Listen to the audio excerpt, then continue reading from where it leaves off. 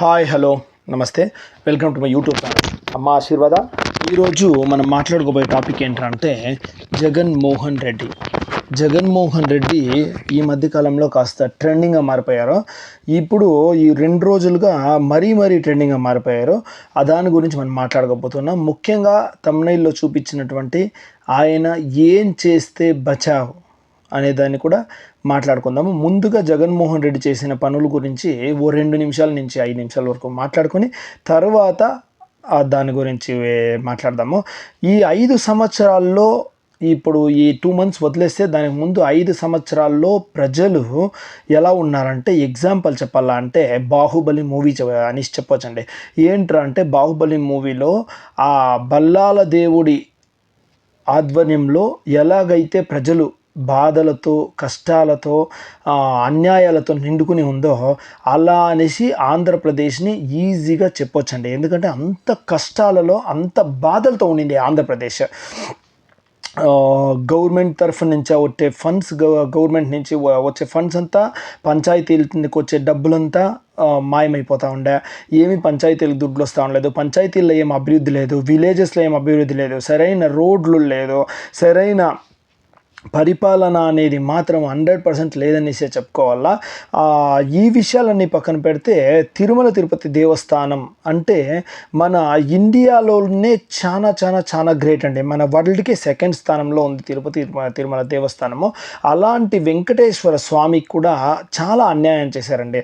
ఇప్పుడే కాదు, ముందైతే ఎవరు వెళ్ళినా ఆరాంగా కూర్చొనేసి భోజనం చేసుకొని వచ్చే అట్లా పరిస్థితులు తిరుపతిలో ఉండింది. ఇప్పుడైతే సాక్షాత్తు వెంకటేశ్వర స్వామి దర్శనం చేసుకోవాలనేసి వెళితే కంపార్ట్మెంట్లు ఉండే 20 చిల్లర కంపార్ట్మెంట్లు ఖాళీగా పెట్టుకొని భక్తులను అయితే ఒక ఇబ్బంది పెట్టేవారంటే అందరూ అవుట్ సైడే ఉండాలా, అవుట్ సైడ్ కాసుకొనేసి క్యూ లైన్ దాటుకునేసి కూడా రోడ్లో నిలుచుకోండి అట్లా పరిస్థితి కల్పించారు మన ఆంధ్ర గవర్నమెంట్ ఏం చెప్తే టీటీడీ వాళ్ళు అద్దెగా చేయాల్సి పడుతుంది కాబట్టి అలా ఉండింది.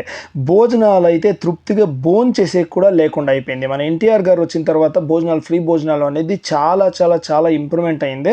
అలాంటిది కూడా భోజనాలు అనేది కూడా లేకుండా పోయింది.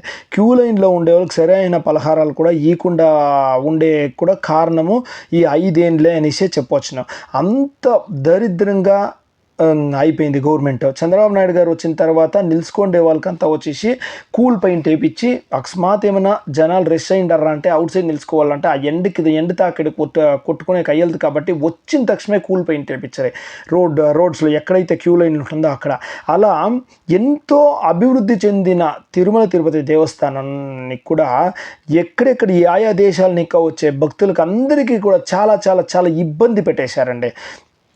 ఒక రకంగా చెప్పాలంటే తిరుపతికి నుంచి తిరుమలకి వెళ్ళిన తర్వాత ఎక్కడ నాన్ వెజ్ అనేది దొరకదు. అలా ఉండింది. సాక్షాత్ తిరుమలలో కూడా ఎవరైనా తినాలంటే నాన్ వెజ్ హోటల్స్ కూడా ఓపెన్ అయిపోయింది. అంత మోసము, అంత దారుణము, అంత అన్యాయం చేసేసిండ్రే. దానికి ఫలితమే ఆ జనాలకి చేసిన ద్రోహము, దేవునికి చేసిన ద్రోహం ఫలితమే ఈ 11 సీట్లు అనేసి అయితే అందరికీ అనుకోండి. పవన్ కళ్యాణ్ గారు ఏదైతే అదల పాతాళానికి తొక్కేస్తానని చెప్పిండ్రో అలాగే వైసీపీ పార్టీ అదల పాతాళానికి పడిపోయింది. వాళ్ళు మాత్రం పార్టీలో ఉండే వాళ్ళు మాత్రం బాగా డబ్బులు సంపాదించుకొని బాగా ఒక ఉన్నత స్థాయికి వెళ్ళిపోయారే, కానీ వాళ్ళని నమ్మి ఓటేసిన ప్రజలను మాత్రం నిరుపేదలుగా మార్చి సాక్షాత్తు అదల పాతాళానికి వాళ్ళైతే జనాల్ని తొక్కేసరే. దాని ఫలితము ఇప్పుడు 2 వేళ్ళు పెట్టి చూపించచ్చును. మీ పరిస్థితి 11 సీట్లకే పరిమితం అయిపోయింది. ఖాళీ 11, ఓన్లీ 11. అలాంటిది ఇప్పుడు జగన్మోహన్ రెడ్డి గారు ఈ 2 రోజులుగా ఒకటి ట్రెండింగ్ అవుతుందండి. ఏంట్రా అంటే లడ్డు. ఏ గుడికి వెళ్ళినా మనం మహాప్రసాదంగా భావిస్తాం, దేవునిది వస్తువులు ఇచ్చేది. కాకపోతే ఒక్క తిరుపతి ఇది మాత్రమే ఎవరైనా వేరే వాళ్ళు వెళ్తూ ఉంటే కూడా డబ్బులు ఇచ్చి మరీ పంపిస్తామండి. ఎందుకంటే ఆ లడ్డూకు ఉండే మహత్యమైన పేరు అలాంటిది. వెంకటేశ్వర స్వామి ప్రసాదం అంటే అంత గొప్పది కాబట్టి అలాంటి గొప్ప లడ్డూని కూడా కల్తీగా మార్చేశారండి. వైఎస్ జగన్మోహన్ రెడ్డి ప్రభుత్వం.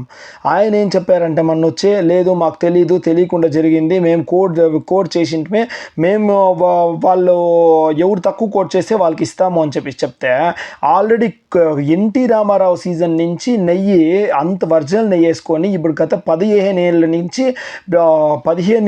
ఏళ్ళ నుంచి నందిని నెయ్యి మా కోలార్ డిస్ట్రిక్ట్, మా బంగారుపేట తాలూకు కోలార్ డిస్ట్రిక్ట్ నుంచి నందిని నెయ్యి వెళ్తూ ఉంటే మీరు దాన్ని ఆబు చేసి వాళ్ళు మన లాస్ట్ ఇయర్ 5 years ముందు వచ్చేసి మీరు కోట్ చేయమని చెప్పింటే కనుక వచ్చేసి ఇండెంట్ ఎవరు తక్కువ వేసింటే వాళ్ళకి ఇచ్చింట్రే ఓకే, ఎవరు తక్కువ ఇచ్చింటే వాళ్ళకి ఇచ్చింట్రీ ఓకే ఒప్పుకుంటాము.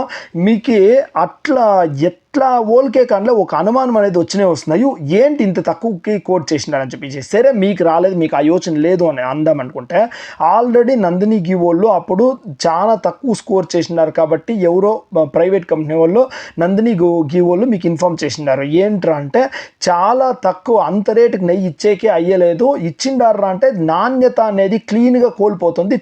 తిరుమల దేవస్థానంలోని లడ్డు అంటే అందరూ ఎంతో ఇష్టంగా తింటారో అది నాణ్యత కోల్పోతే ఎలా అని చెప్పింటే, కానీ మీరు మాత్రం దాన్ని పట్టించుకోకుండా అలానే తక్కువ ఎవరు స్కోర్ చేసింటే వాళ్ళకే ఇచ్చింట్రే.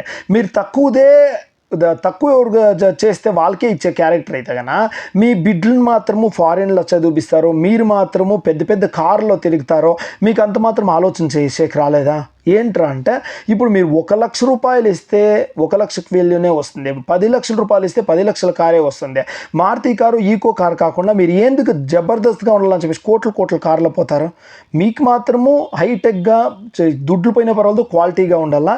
అదే జనాలు తినే లడ్డు విషయంకి వస్తే మాత్రము లో క్వాలిటీగా ఉండాలన్నా. ఆల్రెడీ అంత బాగుండే నందిని నెయ్యి ఇన్నాళ్ళనిక యూజ్ చేసేసి లడ్డు ప్రసాదం అందజేస్తూ ఉండే గవర్నమెంట్ అప్పుడు వాళ్ళకి గిట్టుబాటు కాంది, ఇప్పుడు మాత్రం మీకు ఎందుకు గిట్టుబాటు కాదు, ఇంత తక్కువ ధరకు మీరు ఎందుకు ఇస్తారే? ఇలాంటి విషయాలన్నీ కూడా చాలా దారుణంగా ఉన్నాయండి. జగన్మోహన్ రెడ్డి గారు ఏం చెప్తారంటే మాకు తెలీదు అంటా ఉన్నారు. తనకు తెలుసో తెలీదో మనకు తెలియదు, కానీ ఈ అంశం మీద మాత్రము తను చేసింది మాత్రము తెలిసి చేసినా తెలియకుండా చేసినా 100% చాలా చాలా చాలా చాలా చాలా పెద్ద ఘోరమైన అపరాధం. ఈ అపరాధానికి శిక్షే 11 సీట్లు. ఇప్పుడు ఆ 11 సీట్ల విషయం పక్కన పెడితే వైఎస్ఆర్టీసీపీ వాళ్ళ పార్టీ వాళ్ళు కనీసం కాస్తైనా వాళ్ళకున్న పాపం కరిగిపోవాలి అంటే సాక్షాత్తు వెంకటేశ్వర స్వామికి వాళ్ళది చేసిన ద్రోహాన్ని, స్వామి తెలుసో తెలియకుండా మేము చేసినాము అని చెప్పేసి ప్రెస్ మీట్లో క్షమించమని ఒక వీళ్ళని దేవుణ్ణి మళ్ళానక ప్రజలను మాకు తెలియకుండా చేసిండే ఈ తప్పు క్షమించండా అని చెప్పేసి అన్నా వాళ్ళు చెప్పల్లా, అప్పుడే కాస్తైనా పాపం అనేది కరుగుతుందండి. లేదంటే మాత్రమో వైఎస్ఆర్సీపీ పార్టీలో ఉండే వాళ్ళకి వాళ్ళు తెలియక చేసిన ఈ పాపం మాత్రమో శిక్ష అనేది మాత్రం అలా ఇలా ఉండదండి. దేవునితో పెట్టుకుంటే నామ రూపాలు లేకుండా వెళ్ళిపోతారు ఎవరే కానిలే దేవునితో పెట్టుకుంటే. కాబట్టి మీరందరూ ఒకటిదా గుర్తించకుండా ఎప్పుడే కానిలే దేవుని విషయంలో మాత్రం ఇలా చెయ్యదన్నా. మీరు ఎట్లో చేసినారో దయచేసి మేము చేసిందేదంతా వచ్చేసి మమ్మల్ని క్షమించండా అంటే మాత్రం మీరు ఈ పాపం నుంచి బచావ్ అవుతారు. లేదంటే మాత్రం మీ ఫ్యామిలీలే కాదు అది ఏమవుతుందో ఏమో. దేవుని లడ్డు అంటే ఎంతో ప్రసాదంగా భావిస్తూ ఉంటుంది. కాకపోతే ఇప్పుడు మాకే చాలా బాధగా అయిపోయింది. ఎందుకంటే నాన్ వెజ్ తినకుండా ఉండే వాళ్ళు ఎంతోమంది ఉంటారు. వాళ్ళందరూ కూడా ప్రసాదాన్ని ఒక గొప్ప వరంగా భావించే వాళ్ళు ఎంతోమంది ఉంటారు. వాళ్ళందరికీ హిందువులకి అంటే దేవునితో సమానమైన గోమాత ఐటమ్ కూడా గోమాతలో ఉండే కొవ్వుని మళ్ళా నాకు పంది కొవ్వుని ఫిష్ ఆయిల్స్ అంట వాళ్ళు చెప్తా ఉంటే ఇన్నాళ్ళు ఈ ప్రసాదాన్ని తినింది మేమా అని చెప్పేసి మాకే మనసులో ఒక బాధ అనేది క్రియేట్ అయిపోయిందండి. ఏంట్రా ఇలాంటి పరిస్థితి వచ్చేసింది మనకి, మనం ఏమిటికి ఇలా తింటమే అని చెప్పేసి చాలా చాలా చాలా బాధాకరంగా ఉందండి. అందుకనేసే చెప్తా ఉన్నాను, మీరు అలా క్షమాపణ కోరితే కాస్తైనా దేవుని దగ్గర కొంచెం మీకు క్షమాభిక్ష అనేది దొరికి కొద్ది కాలమైనా మీరు హ్యాపీగా ఉండే భాగ్యాన్ని ఆ భగవంతుడు కలెక్ట్ చేస్తాడండి. అలా లేకుండా మేమేం తప్పు చేయలేదు మాకేం తెలీదు అంటే మాత్రము మీరు పడే శిక్ష ఇలా అలా కాదు. మీరు ఒక పెద్దోడి స్థానంలో ఉన్నప్పుడు ఎవరు ఎలా తప్పు చేస్తారనేది 100% గమనించాల్సిన బాధ్యత మీది. రోజు అక్కడికి వెళ్తూనే ఉంటుంది, వస్తూనే ఉంటుంది, వెళ్తూనే అక్కడనే ఉంటుంది, వస్తూనే ఉంటుంది. తను డబ్బులు గ్యాదర్ చేసుకునే మాత్రం కావాలి, అంతేకాని వేరే ప్రజలకి ఎలాంటి ప్రసాదాన్ని ఇస్తూ ఉండరు అని చెప్పి చూసుకునే పని లేదా? ఇదే తప్పుగా వేరే గవర్నమెంట్ కానీ చేసింటే ఎలా ఎత్తి చూపించిండు? ఇప్పుడు మాత్రము మీ హయాంలో జరిగిన తప్పులు మాత్రం అలా కప్పిపుచ్చుకునే అనేది ఎంతవరకు సబబు, ఎంతవరకు న్యాయం అనేది మీరే ఆలోచించండి. ఇన్ని ఏళ్ళలో గుడి ఓపెన్ అయిన ఇన్ని ఏళ్లలో ఇలాంటి అపశృతి ఇంతవరకు రాలేదండి. అందుకే చెప్తా ఉండా, వీళ్ళు చేసిన పాపంని అసలు పోని పాపం అది. అలా కాకపోయినా కానీ వీళ్ళు మనస్తృప్తిగా అందరూ వచ్చి చంపలేసుకొని మరి క్షమించమని కోరితే ఆ భగవంతుని దగ్గర, అప్పుడున్న ఆ పాపానికి కాస్త ప్రయాశ్చితం ఉండి వైసీపీ పార్టీ అనేదన్నా ఒక అబ్బుడన్నా ఉండే అనేదన్నా మిగులుకుంటుంది. లేదంటే జనాగ్రహం దేవుని ఆగ్రహంతో ఏం జరగబోతుందిరా అనేది వాళ్ళే చూస్తారు వైసీపీ పార్టీ వాళ్ళు. జై హింద్, జై జనసేన.